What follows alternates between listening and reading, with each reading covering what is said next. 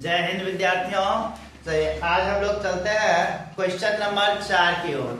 इससे पहले 3 क्वेश्चन जो प्रश्नावली 1.1 का था वो कंप्लीट कर लिए, HCF सीख लिए हैं कंप्लीट रूप से। आज हम लोगों का यह चौथा क्वेश्चन है यूक्लिड विभाजन प्रमेय का प्रयोग करके दर्शाइए कि धनात्मक पूर्णांक का वर्ग, दर्शाना क्या है, धनात्मक पूर्णांक का वर्ग किसी पूर्णांक के लिए 3m या 3m+1 के रूप का होता है, इस बात को दर्शाना है। यानी किसी भी धनात्मक पूर्णांक का वर्ग दर्शाना है। तो इस तरह के सवाल में हम लोग बोले थे कि सबसे पहले मान लेना है, लिखेंगे सॉल्यूशन, मानेंगे माना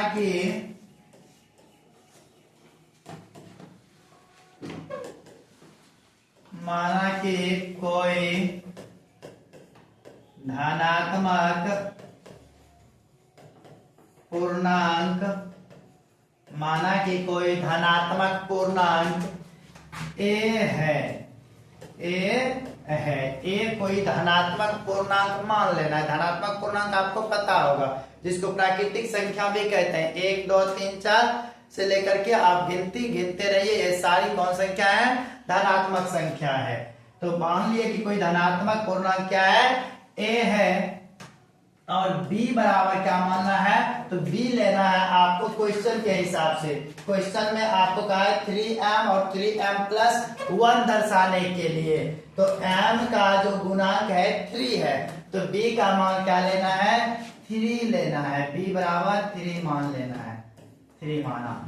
ओके, इतना करने के बाद हम लोग चलेंगे क्वेश्चन बुक के अनुसार क्वेश्चन का यूक्लिड विभाजन प्रमेय का प्रयोग कीजिए। तो लिखेंगे यूक्लिड विभाजन प्रमेयिका से, यूक्लिड विभाजन प्रमेयिका से। यूक्लिड विभाजन प्रमेयिका आपको याद होगा, a बराबर BQ प्लस R होता है, a बराबर BQ प्लस R होता है। यह जो R है रिमाइंडर, इसका वैल्यू जो होता है 0 से बड़ा या बराबर हो सकता है, B से हमेशा छोटा होता है। इसके बीच ही R का वैल्यू होता है, इसके बीच ही किसका वैल्यू होता है, R रिमाइंडर, जिसको शेषफल हिंदी में बोलते हैं। चलिए, तो हम लोग क्या करेंगे, इसमें क्या कर लेंगे, तो b बराबर जो 3 माने हैं, इस 3 को इसमें पुट कर देंगे। a बराबर 3q प्लस लिखेंगे r, और इसको मान लेना है समीकरण 1, इसको समीकरण 1 ले लेना है। समीकरण ये 1 हो गया आपका समीकरण 1। अब देखिए, ये a बराबर 3q प्लस r, आपका r का वैल्यू जो है b बराबर 3 माने हैं। जब b बराबर 3 माने हैं, तो संभावित r आपका क्या हो सकता है, आप यहां पर लिख सकते हैं संभावित r,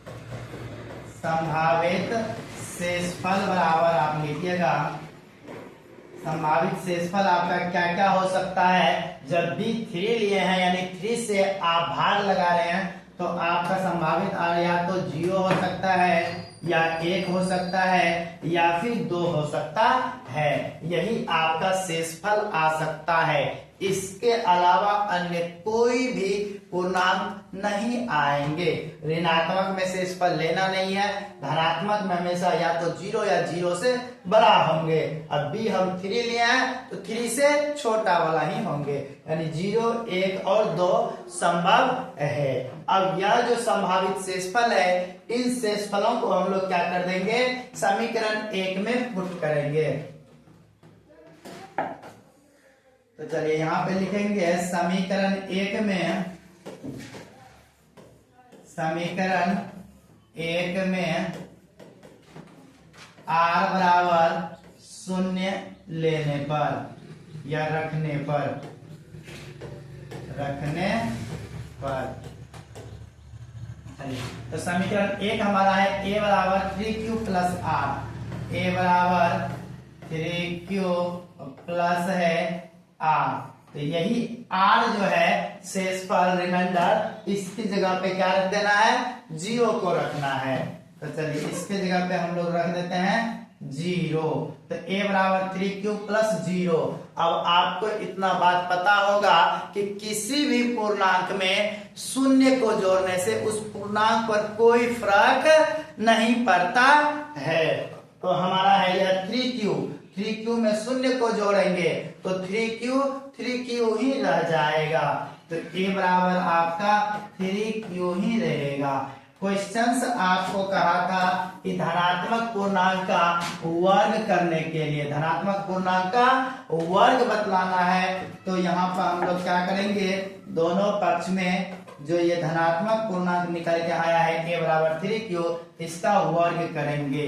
तो लिखेंगे यहाँ पर a वर्ग बराबर 3q का भी वर्ग, और इस साइड लिख देंगे दोनों पक्ष में वर्ग करने पर, दोनों पक्ष में वर्ग करने पर। यही काम अभी हम लोग यहाँ पर किए हैं। तो चलिए a का वर्ग अब बराबर हो गया 3 का वर्ग आपका 9 होता है, 9q का वर्ग। अब यह 9q वर्ग है, 9q वर्ग है। इसको हम लोग क्या लिख सकते हैं, a वर्ग बराबर 3 इंटू 3q का वर्ग। अब यह जो 3q वर्ग है इसको कोई पूर्णांक मान लेंगे कि 3q वर्ग मान लिए कोई m है, 3q वर्ग बराबर क्या मान लेना है, m माना, m। तो आपका यह बन के आ जाएगा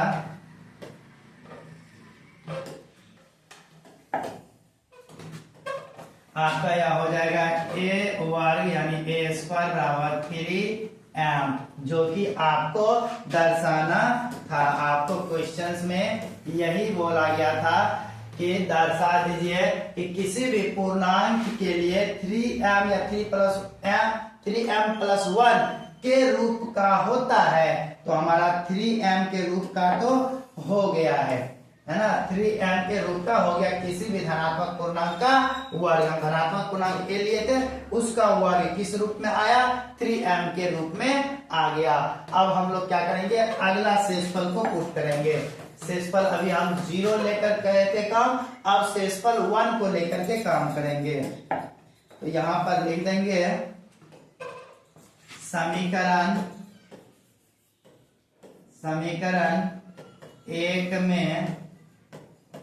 एक में r बराबर 1 रखने पर।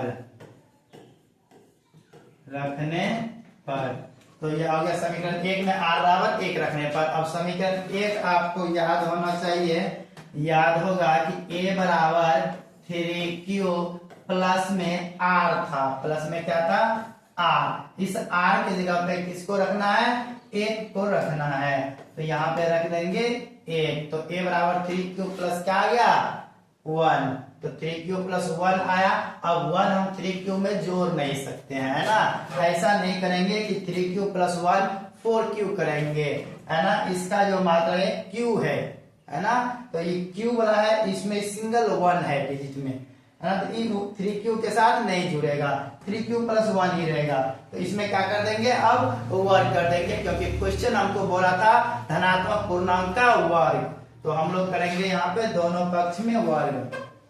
तो लिखेंगे a वर्ग यानी a स्क्वायर बराबर 3q प्लस 1 का होल स्क्वायर लिख देंगे। और यहाँ पर जो हम लोग काम किए हैं क्या, दोनों पक्ष में वर्ग करने पर, यही काम किए थे। यहाँ पर हम लोग लिख देंगे दोनों पक्ष में वर्ग करने पर, दोनों पक्ष में क्या करने पर, वर्ग करने पर।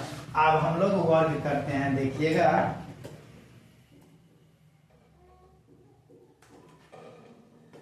ए स्क्वायर बराबर, यहाँ पे देखिए 3q प्लस 1 का स्क्वायर है। ये आपको एक फॉर्मूला a प्लस बी के होल स्क्वायर के जैसा लग रहा होगा। ये आपको लग रहा होगा a प्लस बी के होल स्क्वायर के जैसा। तो इस पे हम लोग क्या करते हैं, इसका फॉर्मूला आपको याद होगा कि a स्क्वायर होता है प्लस बी स्क्वायर होता है प्लस 2ab होता है। या कोई विद्यार्थी इसको a square plus 2ab plus b square भी लिखता है। आप दोनों में से कोई भी लिख सकते हैं, दोनों एक ही है, सिर्फ पद का स्थानांतरण किया गया है। ए स्क्वायर 2ab बी स्क्वायर। चलिए तो इस आधार पे हम लोग इसको करेंगे। मान लीजिए कि 3q आपका a है, ये 3q को हम लोग a समझ लेते हैं और 1 को b समझ के काम करते हैं। तो a का वर्ग है तो 3q का वर्ग आप कर लीजिए, 3q का वर्ग हो गया प्लस 2ab है तो 2 करेंगे, फॉर्मूला से 2 आ गया। a के जगह पे 3q है और b के जगह पे आपका 1 है प्लस bq है, b के जगह पे 1, b स्क्वायर है तो 1 का स्क्वायर कर लेंगे। तो a square 2ab b square हो गया। अब देखिएगा जरा,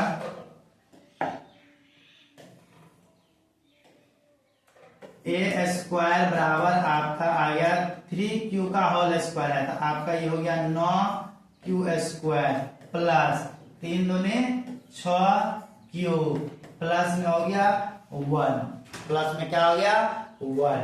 अब देखिए आपको दर्शाना क्या है, 3m प्लस 1, प्लस में 1 है यानी इसको क्या करना है 3m के रूप का लिखना है। तो इसमें देखिए 3 दोनों में कॉमन आ रहा है, 9 में भी 3 है और 6 में भी क्या है 3 है, तो ये दोनों से 3 को कॉमन ले लेंगे यहाँ पर। तो a स्क्वायर बराबर हो गया 3, कॉमन लेने से यहाँ बचेगा 3q स्क्वायर प्लस 6q में 3 कॉमन आएगा तो बच जाएगा आपका 2q, ब्रैकेट से बंद करेंगे प्लस में 1 लिख देंगे, प्लस में 1 लिख देंगे।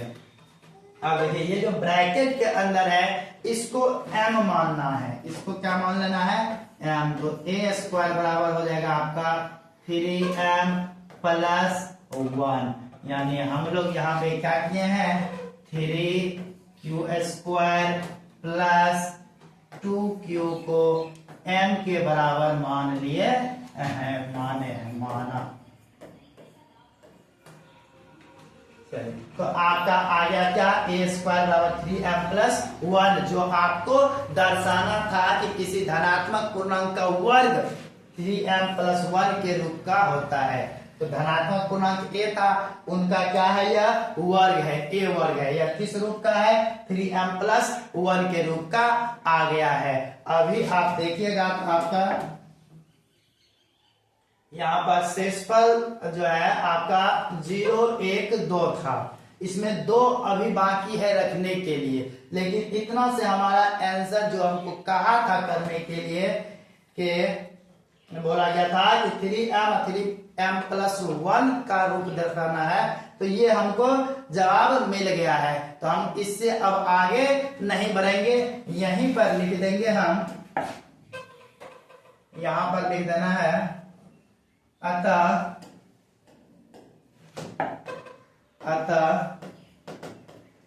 कोई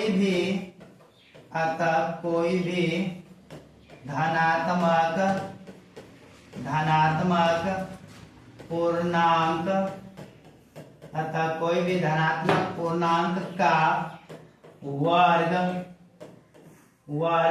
3m या 3m प्लस 1 के रूप का हो सकता है। बस ये काम आपका हो गया यहाँ पर खत्म। इतना काम आप जो है ना कर लीजिएगा, ये काम आपका क्या हो गया खत्म, है ना। यह क्वेश्चंस आपको 2 नंबर में पूछता है, ये कंप्लीट क्वेश्चंस आपको बनाने होंगे। आप नोट कर रहे हैं या नहीं कर रहे हैं तो आप अभी नोट इनको कर लीजिए, स्क्रीनशॉट इसको ले सकते हैं। ये आप इनका क्या कर सकते हैं, स्क्रीनशॉट लेकर आप आराम से हिसाब को नोट कर लीजिए। इसमें कहीं दिक्कत की कोई बात नहीं है।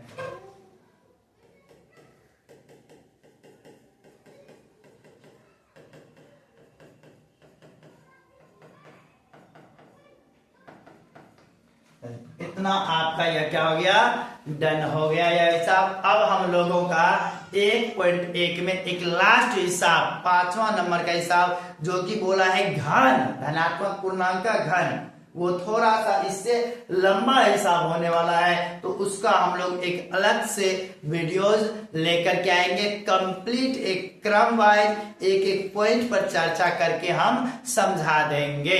उम्मीद है आपने पूरा वीडियो देखे होंगे, ध्यान से समझे होंगे, तो आप कम से कम लाइक सब्सक्राइब अवश्य कर लें ताकि आपको समय पर वीडियोज मिल सके, सारी वीडियोज मिल सके। फिलहाल के लिए आपको यह वीडियो देखने के लिए बहुत बहुत धन्यवाद।